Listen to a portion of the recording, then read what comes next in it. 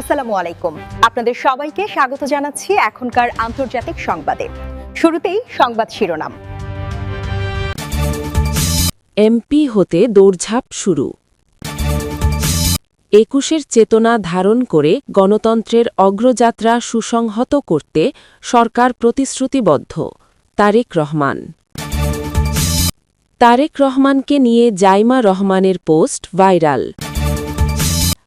২১-এর প্রথম প্রহরে প্রেসিডেন্ট, প্রধানমন্ত্রী ও বিরোধী দলীয় নেতার শ্রদ্ধা। এতক্ষণ শুনছিলেন সংবাদ শিরোনাম, এখন বিস্তারিত। ত্রয়োদশ জাতীয় সংসদের সংরক্ষিত নারী আসনের ভোট চলতি রমজান মাসেই করার পরিকল্পনা করছে নির্বাচন কমিশন ইসি। শিগগিরই নির্বাচনের তফসিল ঘোষণা হতে পারে। সংরক্ষিত নারী আসনের এমপি হতে বিএনপির নারী নেত্রীরা ইতোমধ্যেই দৌড়ঝাঁপ শুরু করেছেন। দলের নীতি নির্ধারক সিনিয়র নেতাদের কাছে তদবির চালিয়ে যাচ্ছেন। সংবিধান অনুযায়ী জাতীয় সংসদে ৫০টি নারী আসন সংরক্ষিত রয়েছে। আইন অনুযায়ী শপথ নেওয়া সংসদ সদস্যদের তথ্য ৩ কার্যদিবসের মধ্যে সংসদ সচিবালয় থেকে ইসিতে পাঠানো হয়।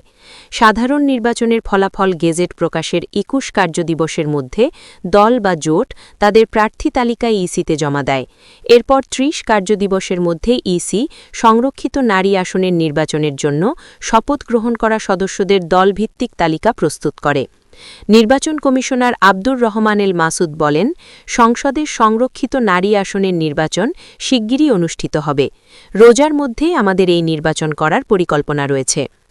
এবারের সংসদ নির্বাচনে ৩০০ আসনের মধ্যে ২৯৬টি আসনের গেজেট প্রকাশ করেছে নির্বাচন কমিশন। এর মধ্যে বিএনপি আসন পেয়েছে ২০৯টি, জামায়াতে ইসলামী পেয়েছে ৬৮টি, এনসিপি ৬টি, বাংলাদেশ খেলাফত মজলিস ২টি এবং খেলাফত মজলিস, ইসলামী আন্দোলন বাংলাদেশ, গণ অধিকার পরিষদ, বাংলাদেশ জাতীয় পার্টি বিজেপি ও গণসংহতি আন্দোলন পেয়েছে ১টি করে আসন। এছাড়া স্বতন্ত্র প্রার্থীরা পেয়েছে ৭টি আসন। নির্বাচন কমিশনের গণপ্রতিনিধিত্ব আদেশ আরপিও অনুযায়ী যে দল সাধারণ আসনে যতটি আসন পায় সে অনুপাতে সংরক্ষিত নারী আসন বণ্টন করা হয়। এক্ষেত্রে প্রতি ৬ জনের বিপরীতে ১টি নারী আসন পাওয়া যায়। দলগুলোর এবারের প্রাপ্ত আসনের ভিত্তিতে বিএনপি পাচ্ছে ৩৫টি সংরক্ষিত নারী আসন। অন্যদিকে জামায়াত নেতৃত্বাধীন ১১ দলীয় জোট পাচ্ছে ১৩টি আসন। স্বতন্ত্ররা এককভাবে নারী আসন পান না, তবে তারা জোট করে আবেদন করলে এবার একটি নারী আসন পেতে পারেন। বিএনপি থেকে সংরক্ষিত নারী আসনে আলোচনায় যারা এবারের নির্বাচনে বিপুল সংখ্যাগরিষ্ঠতা নিয়ে জয়ী হয়ে সরকার গঠন করছে বিএনপি। এরই ধারাবাহিকতায় আলোচনায় এবার সংরক্ষিত নারী আসনে কারা হতে যাচ্ছেন সংসদ সদস্য। এবারের নির্বাচনে সরাসরি ভোটে জয়ী হয়েছেন ৭ নারী প্রার্থী। ২০২৮ জন প্রার্থীর মধ্যে মাত্র ৮১ জন নারী প্রতিদ্বন্দ্বিতা করেছিলেন। তাদের মধ্যে মাত্র ৭ জন জয়ী হয়েছেন। তাদের বাইরেও অনেক নারী নেত্রী এবার বিএনপি থেকে মনোনয়ন পাওয়ার চেষ্টা করে ব্যর্থ হয়েছেন। তাদের মধ্যে অনেকেই এবার সংরক্ষিত নারী আসনে সংসদ সদস্য হতে পারেন। বিএনপি এককভাবে ২০৯টি আসনে বিজয়ী হওয়ার কারণে তারা ৫০টি সংরক্ষিত নারী আসনের মধ্যে ৩৫টি আসন পাবেন। সেক্ষেত্রে কারা এই আসনগুলোতে মনোনয়ন পাবেন তা নির্ভর করছে দলের চেয়ারম্যান তারেক রহমান ও স্থায়ী কমিটির সিদ্ধান্তের ওপর। তবে বিগত দিনে আন্দোলন সংগ্রামে যেসব নারী রাজপথে ছিলেন তারাই এই ৩৫ আসনের দাবিদার, এমনটি বলেছেন জাতীয়তাবাদী মহিলা দলের নেত্রীরা। তবে এই ৩৫টি আসনের জন্য প্রার্থী শতাধিক। দৌড়ঝাঁপ চলছে হিসাব নিকাশ। কারা পাচ্ছেন এই মহিলা এমপির সোনার টিকিট? এবার সংরক্ষিত নারী আসনে মহিলা দলের ত্যাগী নেত্রী ও অপেক্ষাকৃত তরুণদের জায়গা দেবেন হাইকমান্ড। তাদের সঙ্গে প্রবীণ নেত্রীরাও জায়গা পাবেন। ২০০১ সালে যারা সংক্ষিপ্ত আসনের এমপি ছিলেন তাদের অনেকে বয়সের কারণে রাজনীতি থেকে বিদায় নিয়েছেন। কেউ কেউ এখনও রাজনীতির মাঠে আছেন। তাদের মধ্য থেকে কেউ কেউ এবারও জায়গা করে নিতে পারেন। ২১-এর চেতনাকে ধারণ করে গণতন্ত্রের অগ্রযাত্রাকে সুসংহত করতে বর্তমান সরকার প্রতিশ্রুতিবদ্ধ বলে মন্তব্য করেছেন প্রধানমন্ত্রী তারেক রহমান।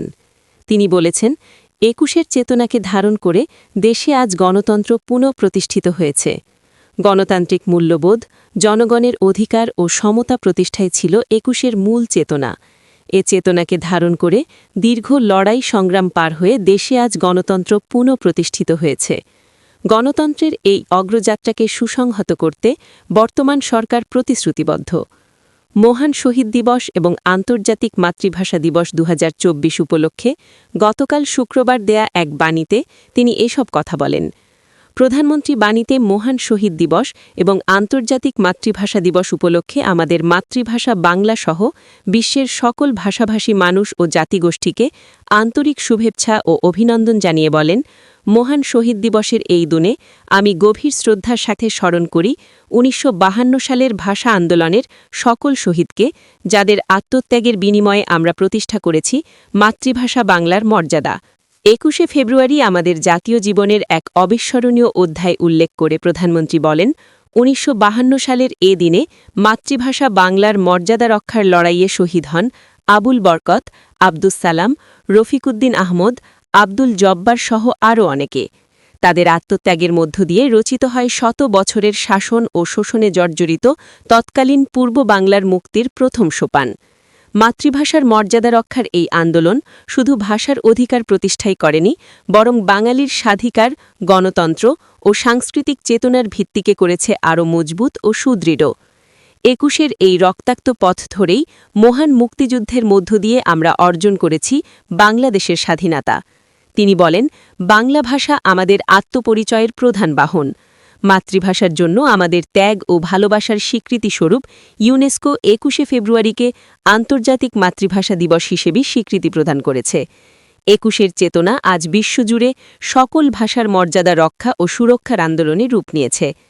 তারেক রহমান বলেন, আমরা শহীদ ভাষা এবং ৭১ সালে স্বাধীনতা অর্জন ও ২০২৪-এর স্বাধীনতা রক্ষার যুদ্ধ সহ এ যাবৎকালে দেশে গণতান্ত্রিক আন্দোলনের সকল শহীদের আকাঙ্ক্ষাকে ধারণ করে একটি স্বনির্ভর, নিরাপদ, মানবিক গণতান্ত্রিক রাষ্ট্র গড়তে চাই। বিশ্বজুড়ে সকল জাতিগোষ্ঠীর ভাষাসমূহের মর্যাদা সমুন্নত রাখতে কাজ করার জন্য সংশ্লিষ্ট সবার প্রতি আহ্বান জানিয়ে তিনি বলেন, আসুন আমরা দেশে বিদ্যমান ভাষা বৈচিত্র্যকে সংরক্ষণ করি, নিজস্ব সংস্কৃতি ও ঐতিহ্য সংরক্ষণের পাশাপাশি সর্বস্তরে বাংলা ভাষার সঠিক ব্যবহার ও চর্চা নিশ্চিত করি। সকল ভাষা শহীদের মাগফেরাত কামনা করে প্রধানমন্ত্রী মহান শহীদ দিবস এবং আন্তর্জাতিক মাতৃভাষা দিবস উপলক্ষে গৃহীত সকল কর্মসূচির সফলতা কামনা করেন।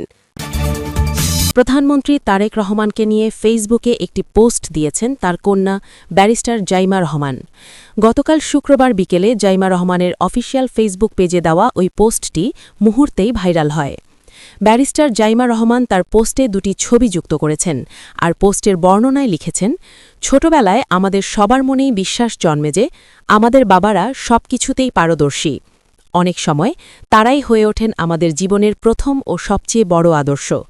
তিনি লিখেছেন, আমার আব্বু হলেন আমার দেখা সবচেয়ে পরিশ্রমী ও নিষ্ঠাবান মানুষ। আমার জীবনে তিনিই হলেন সেই একজন ব্যক্তি যার ওপর আমি নিশ্চিন্তে যে কোনো পরিস্থিতিতে ভরসা করতে পারি।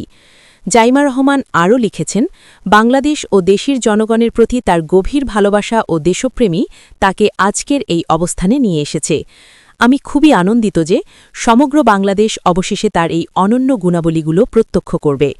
তার মধ্যে থাকা অসাধারণ গুণাবলীগুলোই তাকে এই দেশ ও জনগণের একজন সত্যিকারের প্রধানমন্ত্রী হিসেবে প্রতিষ্ঠিত করবে ইনশাল্লাহ।